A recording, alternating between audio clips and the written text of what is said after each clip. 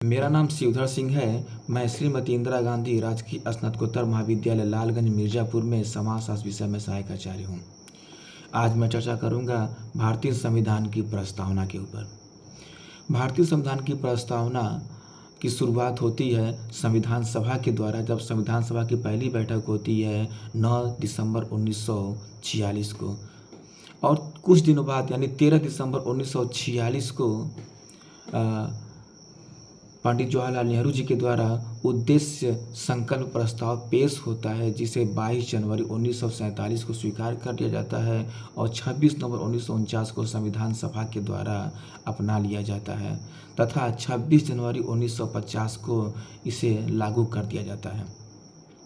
अगर भारतीय संविधान की प्रस्तावना की बात की जाए तो भारतीय संविधान की प्रस्तावना है या उद्देशिका इसलिए कहते हैं क्योंकि ये इससे संविधान का उद्देश्य पता चलता है कि संविधान का उद्देश्य क्या, राष्ट्र का स्वरूप कैसा होगा, उसका उद्देश्य कैसा होगा, यह उद्देशिका से पता चलता है, जो कि प्रस्तावना के माध्यम से पता चलता है, इसलिए उसको उद्देशिका भी कहा जाता है।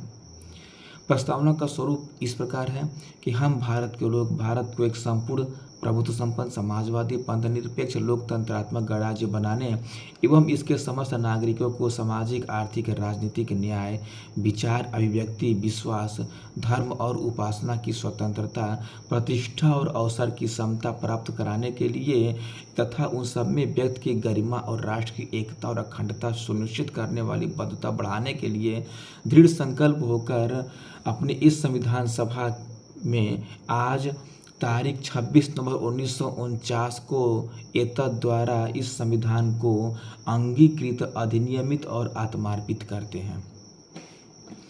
अगर भारतीय संविधान की प्रस्तावना के बारे में बात किया जाए तो भारतीय संविधान की प्रस्तावना का विचार अमेरिका से लिया गया है और उसकी भाषा ऑस्ट्रेलिया से ली गई है।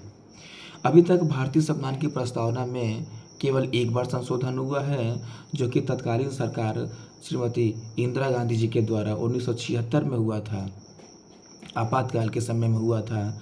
इसमें पहले पैरा में समाजवाद और पंथ निरपेक्ष शब्द जोड़ा गया और छठे पैरा में और अखंडता शब्द जोड़ा गया। यानी पहले पैरा में पहले संपूर्ण प्रभुत्व संपन्न लोकतंत्रात्मक गणराज्य था, अब हुआ यानी 1976 के संविधान संशोधन में हुआ, जो कि 42वां संविधान संशोधन था।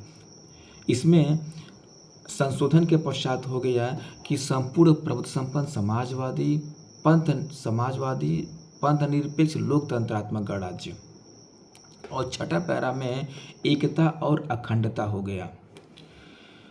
इस संविधान की प्रस्तावना को अंबेडकर ने एक भारतीय लोगों की जीवन पद्धति कहा है, क्योंकि इसमें स्वतंत्रता समानता और बंधुत्व जैसे शब्द हैं, जैसे विचार हैं, और स्वतंत्रता को हम समानता से अलग नहीं कर सकते, स्वतंत्रता को हम बंधुत्व से अलग नहीं कर सकते, समानता को स्वतंत्रता से अलग नहीं कर सकते, समानता को बंधुत्व से अलग नहीं कर सकते। यानी स्वतंत्रता समानता बंधुत्व आपस में घुले मिले हैं, इन्हें हम एक दूसरे से अलग नहीं कर सकते हैं।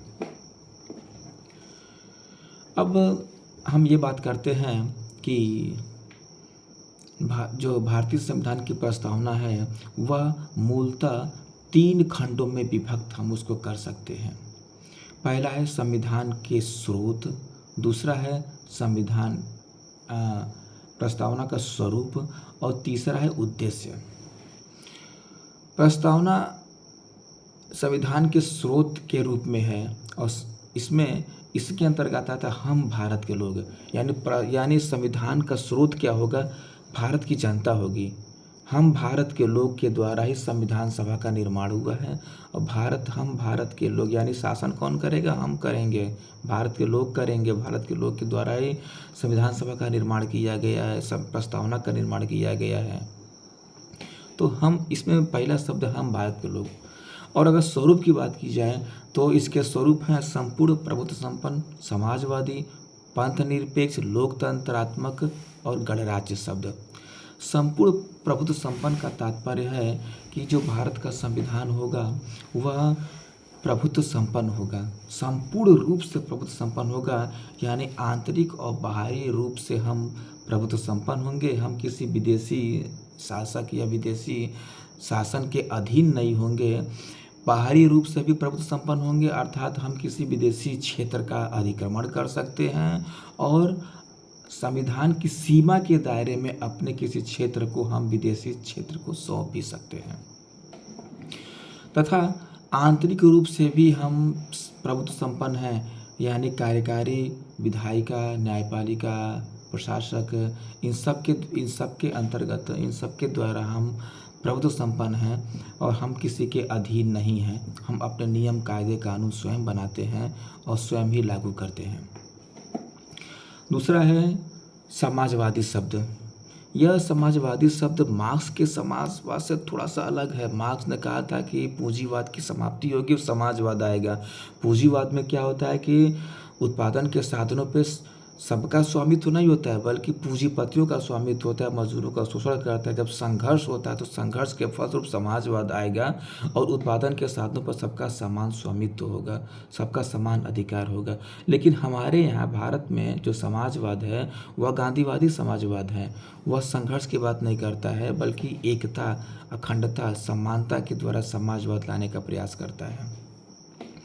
समाजवाद यानी कि संविधान में समाजवादी लक्ष्यों के प्राप्त करने की बात की गई है। हम जो हमारे बीच हमारी स्वतंत्रता है, समानता है, इनके द्वारा हम समाजवादी लक्ष्य प्राप्त कर सकते हैं और समाज में समाजवाद स्थापित कर सकते हैं। तीसरा है पंथ निरपेक्ष। पंथ निरपेक्ष का तात्पर्य है कि सरकार या राज्य का कोई धर्म नहीं होगा। राज्य का हिंदू, मुस्लिम, ईसाई ऐसा कोई धर्म नहीं होगा और राज्य सभी लोगों को अपने धर्मों को मानने की, उन्हें फलने फूलने की, उन्हें अभिव्यक्त करने की आज़ादी देगा और सबको समान महत्व देगा। इसी प्रकार लोकतांत्रिक का अर्थ होता है कि हमें सरकार को चुनने का अधिकार है, हमें वोट देने का अधिकार। एक व्यक्ति एक वोट का कॉन्सेप्ट है। हम चाहे हम हो या राष्ट्रपति हो, चाहे प्रधानमंत्री हो, चाहे कोई भी शासक व्यक्ति हो, सबको एक ही वोट देने का अधिकार है। और हम भारत की जनता, हम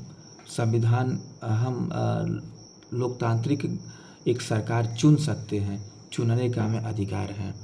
यानी तंत्र जो होगा लोगों में होगा। इसे अब्राहम लिंकन का एक जो वाक्य है कि जनता के द्वारा जनता का, जनता के लिए शासन, ये लोकतंत्र का एक मूल कॉन्सेप्ट होता है। इसके बाद से संविधान का स्वरूप है गणराज्य। गणराज्य को बहुत लोग लोकतंत्र का एक समान शब्द मान लेते हैं, लेकिन ऐसा नहीं। गणराज्य का तात्पर्य है कि यहाँ का जो राजा होगा, यहाँ का जो शासक होगा, वह कोई राजा नहीं होगा, अनुवांशिक नहीं होगा, बल्कि लोगों के द्वारा चुना जाएगा। प्रत्यक्ष या अप्रत्यक्ष रूप से चुना होना चाहिए।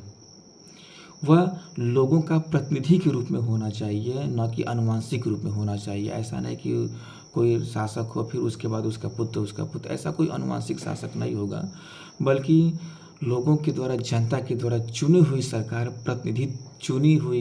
प्रतिनिधित्वपूर्ण सरकार होगी जो कि शासन करेगी, लोगों का प्रतिनिधित्व करेगी। अगर संविधान के उद्देश्यों की बात की जाए तो संविधान के उद्देश्य हैं न्याय। किस प्रकार की न्याय?